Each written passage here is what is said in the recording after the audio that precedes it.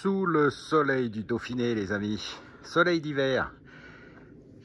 L'hiver, il est là, et l'été, il est par là. Pour vous présenter les petites modifications qu'il y a eu à l'atelier.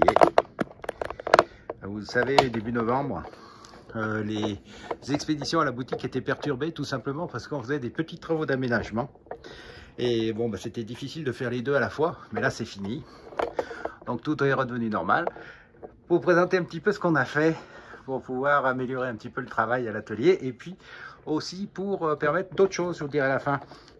D'abord l'installation d'une petite tonnelle comme ceci, ce qui nous permet d'avoir un petit espace pour réceptionner et envoyer les colis et puis un espace aussi pour garer le matériel qu'on va utiliser et puis les Solex à faire dans un très proche avenir en fait, les Solex ou autres cyclos. Voilà, alors vous avez bien sûr tout ce qu'il faut, le banc d'essai, les caisses pour ranger le matériel, parce que j'ai acheté des pièces NOS, on appelle ça New on Stock, des pièces neuves d'ancien stock, qu'il faut que je trie, que je classe avant bien sûr de les mettre sur la boutique. Là, on a deux Solex à démonter entièrement pour les restaurer, et puis là on a une série donc de Solex à voir, essayer, retaper avant de les rendre bien sûr à la propriétaire. Alors ça nous fait un petit espace, vous voyez, de rangement externe, ce qui nous permet donc d'avoir un peu plus de place bien sûr à l'intérieur pour bricoler et se déplacer. Autre chose, on a également mis, vous voyez, à la part des portes de garage, de grandes baies vitrées, ce qui nous permet d'avoir une excellente luminosité à l'intérieur. Et donc c'est beaucoup plus agréable de travailler aussi avec la lumière du jour le plus possible. Et puis surtout d'avoir des portes bien étanches pour pouvoir travailler l'hiver. Parce que vous savez, l'hiver dernier, il faisait 4 à 5 degrés dans l'atelier et c'est pas toujours facile de travailler avec des moufles. Donc avec ça, pas de problème. Donc deux baies vitrées qui nous permettent d'avoir une belle lumière. Voilà, toujours là le rangement pour la presse. Le banc qui est là-bas derrière. Cette desserte qui bien sûr peut se moduler puisqu'elle est sur roulette. L'ensemble des pièces, enfin l'ensemble, une partie des pièces, parce que l'autre partie est dans un autre bâtiment, donc qui nous permet d'avoir un peu plus d'espace pour préparer les commandes. Et puis toujours ici, eh bien l'élève cyclo, et puis la place pour bricoler, et encore ici des cyclos en attente, etc. etc. Une des vidéos, ça sera là-dessus aussi, donc un Solex chinois qu'il faudra qu'on refasse. Et puis pour avoir moins froid, eh bien on a mis un petit poêle à pellet granulé, je sais pas comment ça se dit.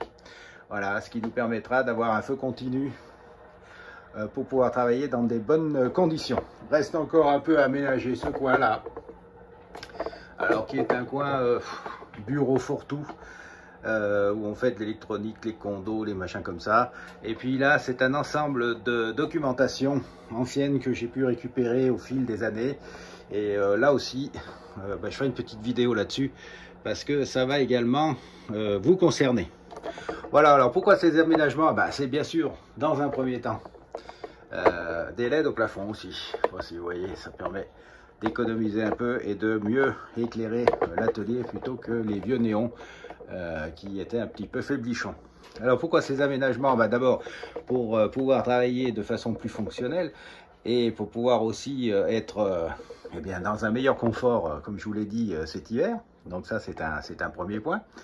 Et puis le deuxième point, c'est que j'ai beaucoup d'appels désespérés de personnes qui voudraient passer à la boutique pour récupérer du matériel ou pour me faire voir des pièces, si je peux les avoir, etc. etc. Or là, vu l'exiguïté, je ne pouvais pas honnêtement recevoir des gens. Là, ça sera possible.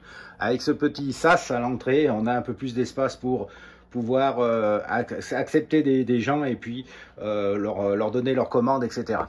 Alors tout cela, ça va un peu se peaufiner, on verra un peu ça sur la boutique.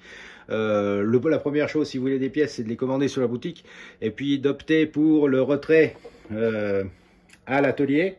Mais le retrait à l'atelier, bien sûr, ça ne sera pas tout le temps parce que je peux pas, je suis pas toujours là, je suis chez des fournisseurs et puis j'ai du travail, donc je peux pas être ouvert comme une boutique, je suis pas un vendeur entre guillemets. Donc ça sera ouvert 2 soirs par semaine, enfin 2 fins d'après-midi par semaine, et sans doute le samedi, ou au moins certains samedis, ce qui permettra aux gens qui sont pas loin ou qui passent ou qui veulent vraiment venir voir à l'atelier les pièces, chercher leurs pièces, eh bien de passer ces jours-là en prenant toujours rendez-vous. Je le répéterai, quand vous opterez pour ce mode de retrait, bien sûr vous recevrez un mail le signalant, bien prendre rendez-vous, donner un coup de fil avant, parce que eh bien, il peut y avoir d'autres clients qui sont là aussi quand vous allez passer. C'est pas la peine non plus de venir si je n'y suis pas. Donc comme ça, eh bien, ça permettra un petit peu de répondre à cette demande-là, d'avoir un contact avec l'atelier de la vigne plus facilement que par Internet, ce que je peux tout à fait comprendre, bien sûr. Avec les levées des restrictions sanitaires, pour l'instant, c'est jamais ce qui peut nous tomber sur la tête.